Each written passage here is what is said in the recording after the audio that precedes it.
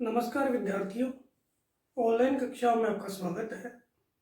विद्यार्थियों, हमने पिछले वीडियो के माध्यम से भारत में प्रायद्वीपीय नदियां हैं उनको पढ़ा। और प्रायद्वीपीय नदियों में हमने पश्चिम की ओर गिरने वाली यानी अरब सागर में गिरने वाली नदियां हैं वो पढ़ी है। इस वीडियो के माध्यम से हम भारत में पूर्वी नदियां यानी बंगाल की खाड़ी में गिरने वाली नदियों को पढ़ेंगे।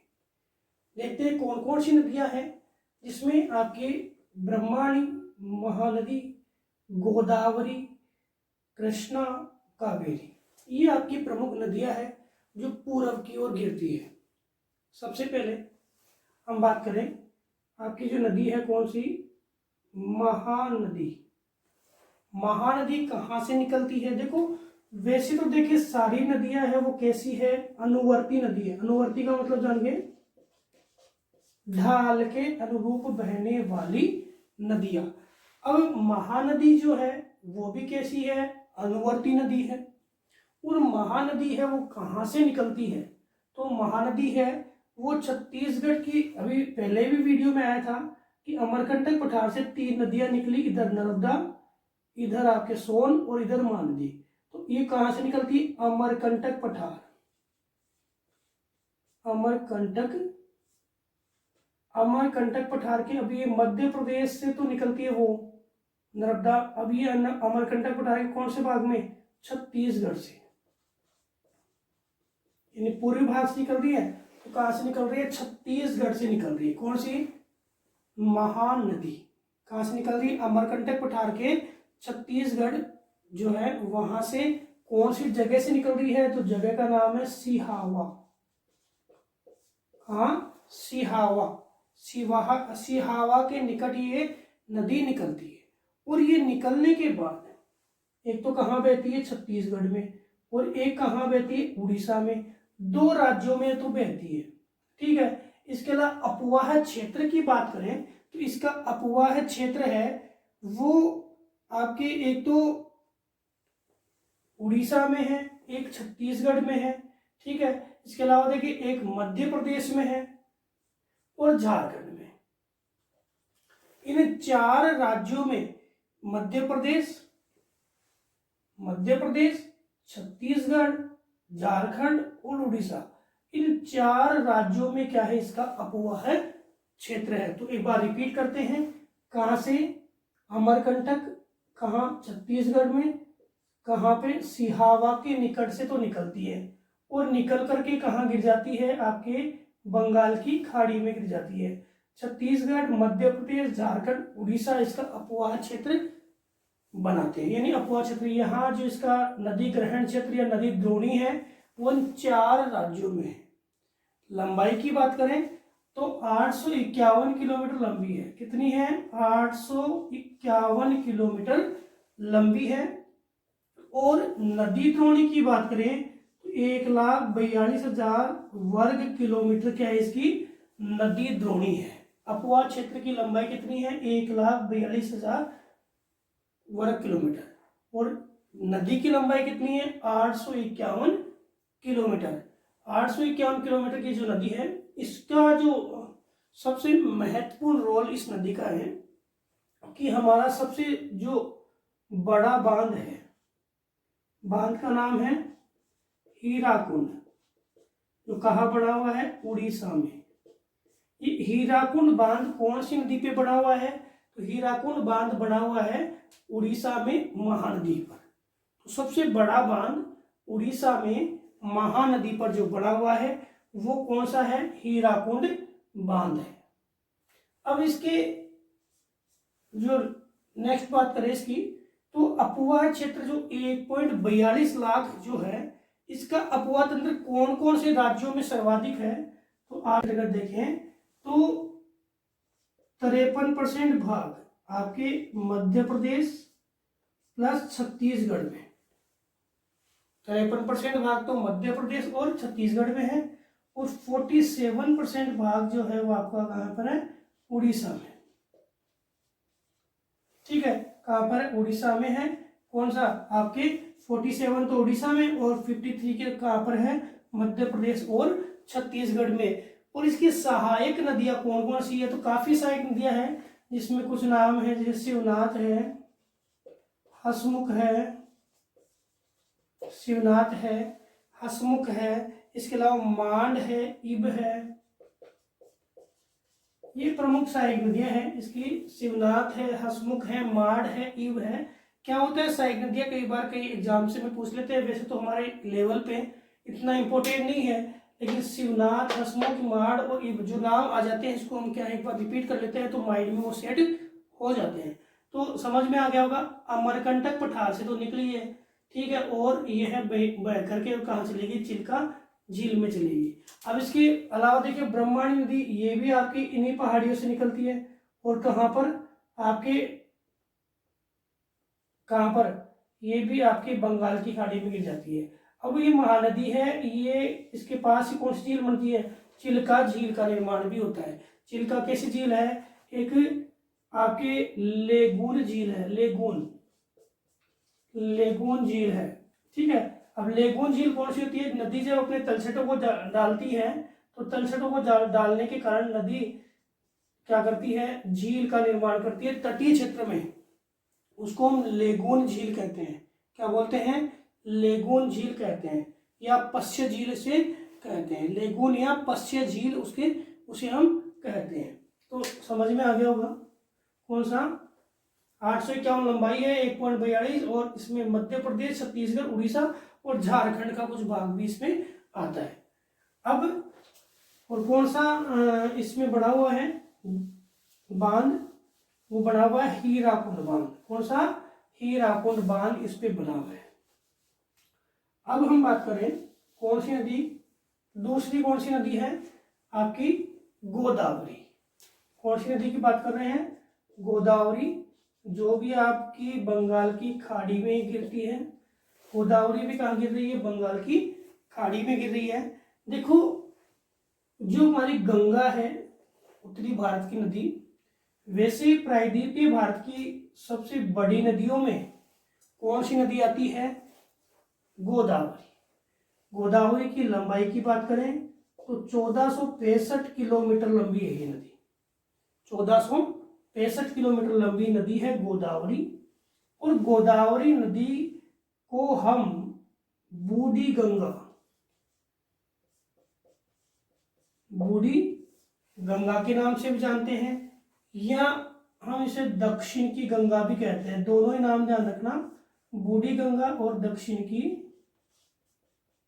गंगा। बूढ़ी गंगा और दक्षिण की गंगा कौन सी नदी है, गोदावरी नदी है, ठीक है। आप उद्गम की बात कीजिए तो उद्गम कहाँ से होता है गोदावरी का, तो आपके पश्चिमी घाट है, ये पश्चिमी घाट में जो नासिक है महाराष्ट्र, नासिक महाराष्ट्र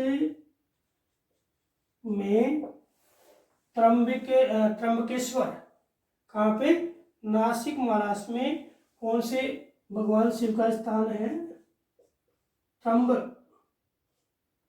त्र्यंबकेश्वर, त्र्यंबकेश्वर महादेव।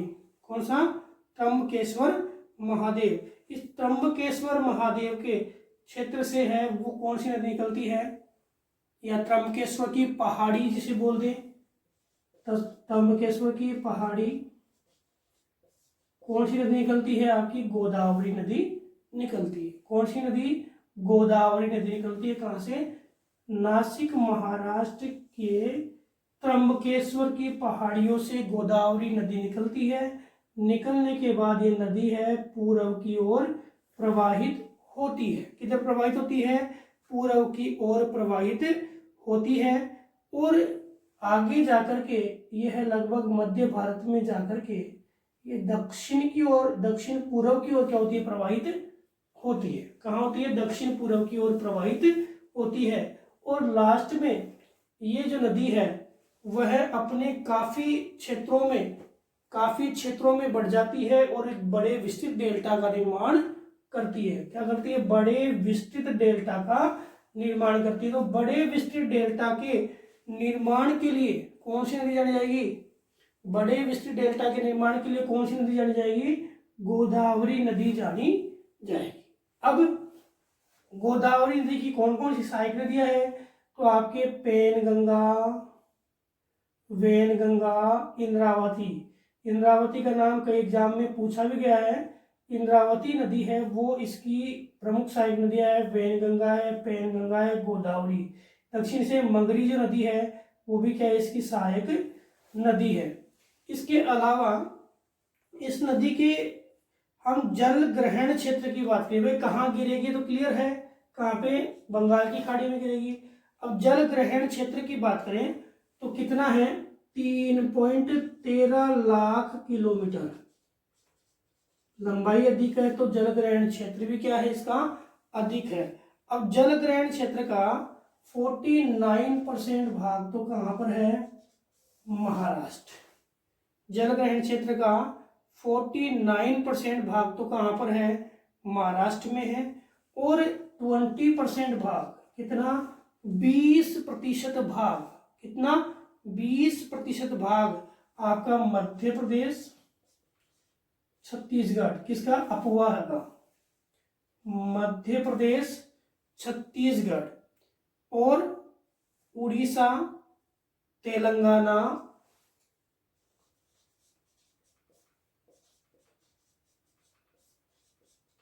और आंध्र प्रदेश में।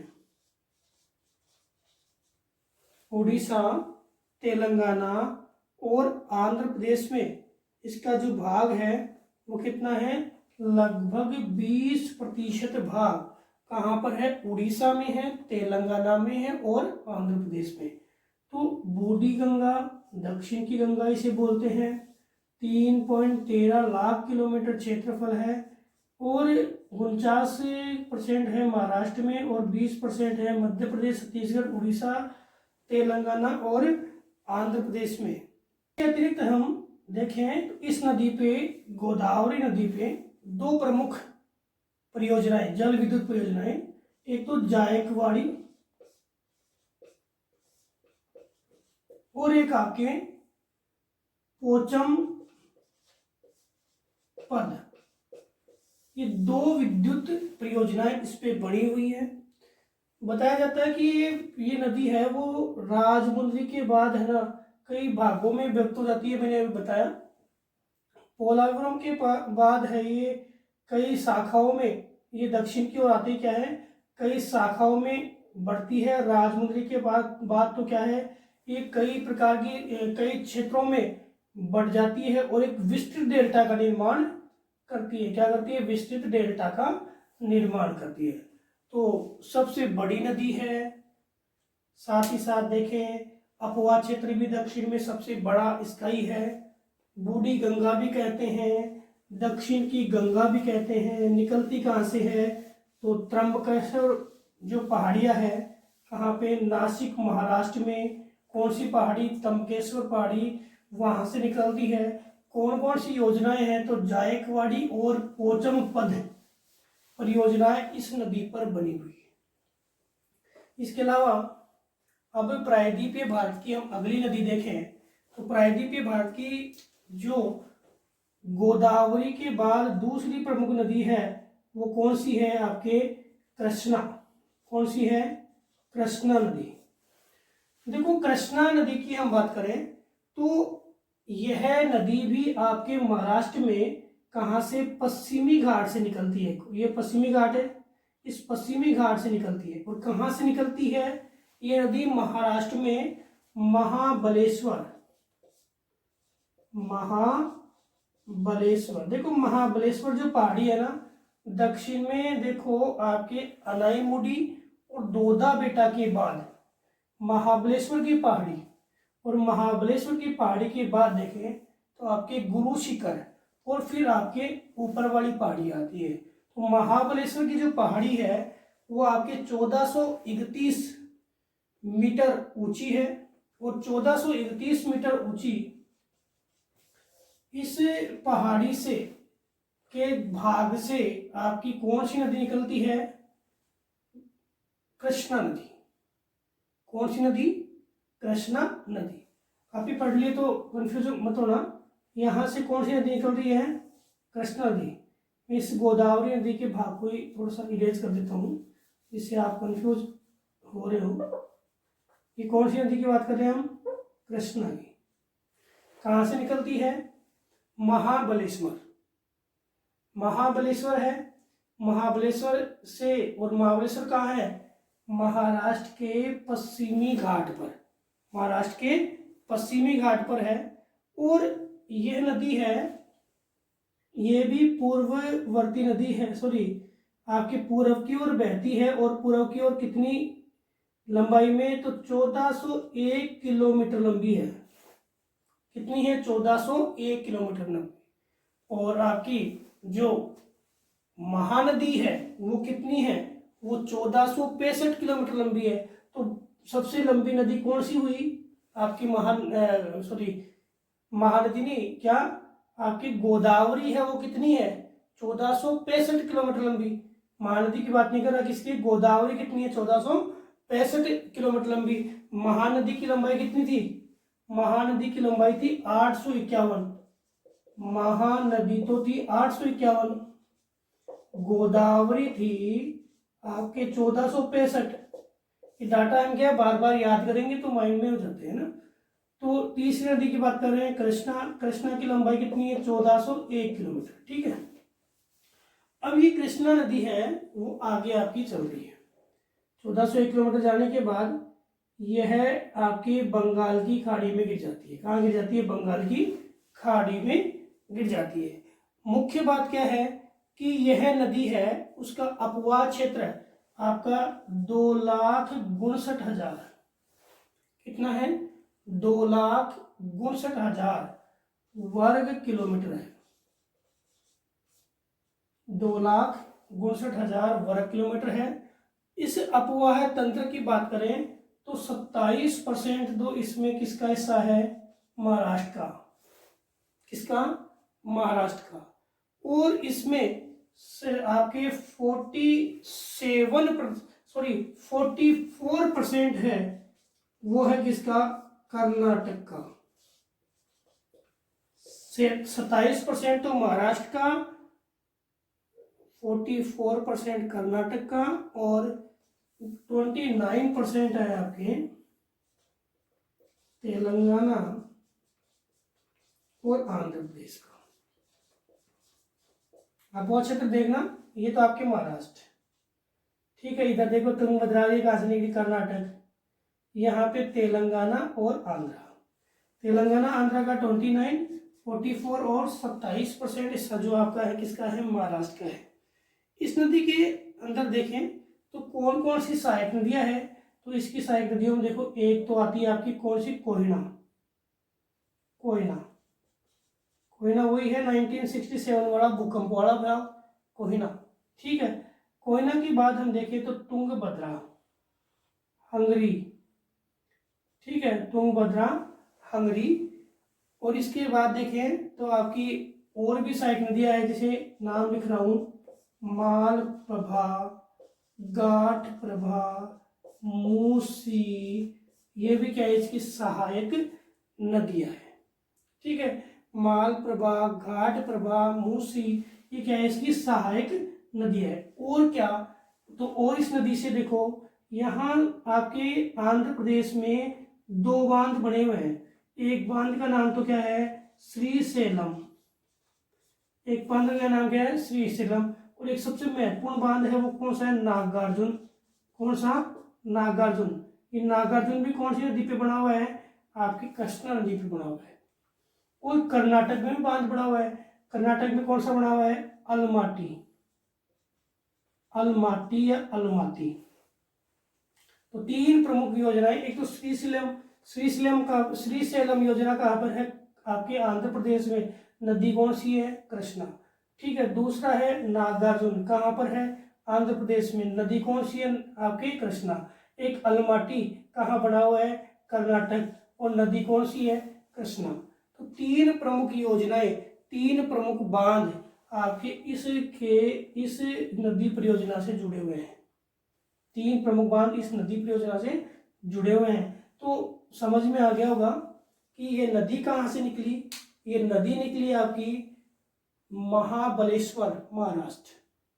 महाबलेश्वर महाराष्ट्र 1431 मीटर की ऊंचाई से ये नदी निकली, पूर्व की ओर प्रवाहित हुई और गिर गई बंगाल की खाड़ी में। प्रमुख नदियों की बात करें तो आपके तुंगभद्रा है, हंगरी है, कोयना है, मालप्रभा, घाटप्रभा, मूसी, ये सारी क्या इसकी सहायक नदी है। तो उसके बाद लंबाई की बात करो तो 1401 किलोमीटर लंबी है। ठीक है। प्रवाह क्षेत्र की बात करें 2.62 लाख वर्ग किलोमीटर है। सबसे ज्यादा प्रवाह क्षेत्र है इसका किसमें है? कर्नाटक में है, फिर महाराष्ट्र में है और फिर तेलंगाना और आंध्र प्रदेश में है।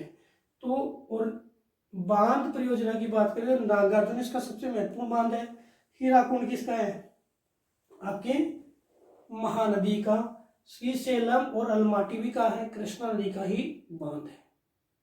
समझ में आ गया। अब इसके बाद जो आपकी अगली नदी है वो है पेनार। पेनार है, ये नदी आपके दक्षिण भारत की प्रमुख नदी है और आपके यह नदी है वो कर्नाटक और ये आपके तमिलनाडु वाले भाग में क्या होती है? प्रवाहित होती है। साथ ही साथ हम बात करें अगली नदी कावेरी। कौन सी नदी? कावेरी। मैं इस क्षेत्र को मिटा देता हूं।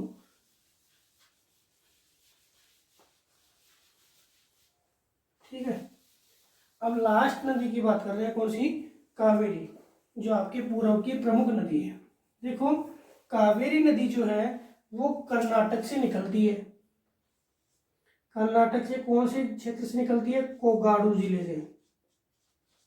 कर्नाटक के कौन से जिले से निकलती है? कोगाडू जिले से। और कोगाडू जिले की कौन सी पहाड़ियों से निकलती है? तो आपके ब्रह्मगिरी की पहाड़ियों से। ब्रह्मगिरी की पहाड़ियों से। कौन सी पहाड़ियों से? ब्रह्मगिरी की पहाड़ियों से। कितनी मीटर ऊंचाई पे निकलती है? तो 1341 मीटर की ऊंचाई पे। 1341 मीटर की ऊंचाई से ब्रह्मगिरी की पहाड़ियों से कौन सी नदी निकलती है? आपकी कावेरी नदी। कौन सी? कावेरी नदी। अब कावेरी नदी है वो आपके कावेरी नदी है वो कितनी? 800 किलोमीटर बहने के बाद 800 किलोमीटर बहने के बाद तमिलनाडु में कहां पर? तिरुचिरापल्ली, चेन्नई के दक्षिण में तिरुचिरापल्ली के पास कहां? बंगाल की खाड़ी में गिर जाती है। कहां पे गिर जाती है? तिरुचिरापल्ली के पास बंगाल की खाड़ी में गिर जाती है। ठीक है। अब इस नदी की मेन बात क्या है कि ये नदी है जिसकी लंबाई कितनी? 800 है। और अपवाह तंत्र की बात करें, अपवाह तंत्र की बात करें तो इसका अपवाह तंत्र 81,155 किलोमीटर स्क्वायर है। 81,155 किलोमीटर क्या है? स्क्वायर है। और ये अपवाह तंत्र है। इसके अंतर्गत देखें तो आपके कर्नाटक और तमिलनाडु, ये दो प्रमुख क्षेत्र इसके अपवाह तंत्र के अंतर्गत आते हैं। अब यह नदी है वो क्या है? वर्ष भर बहती है। वर्ष भर बहती है। क्यों बहती है? क्योंकि इसको बंगाल की खाड़ी का मानसून का जल भी मिलता है और इसको उत्तरी पूर्वी यानी शीतकालीन मानसून और ग्रीष्मकालीन, शीतकालीन उत्तरी पूर्वी और ग्रीष्मकालीन यानी आपका दक्षिणी पश्चिमी मानसून, दोनों मानसून का जल मिलता है। लेकिन यहाँ पे वर्ष भर तो बहती है ये नदी वर्ष भर तो बहती है, लेकिन जल की क्षमता में क्या आता है? उतार चढ़ाव। क्या आता है? उतार चढ़ाव आता है। ठीक है। जल की क्षमता में क्या था? उतार चढ़ाव आता रहता है, कभी कम कभी ज्यादा। इस कारण से यह नदी है वो अपने मार्ग में परिवर्तन तो नहीं करती, लेकिन ये जल क्षमता में बदलाव जरूर करती है। इसके अलावा हम बात करें कि नदी जब मैदानी पहाड़ी भागों से निकलती है तो मैदानी भागों में जैसे आती है तो दो ये द्वीप बनाती है। एक तो कौन सा? शिव समुद्रम।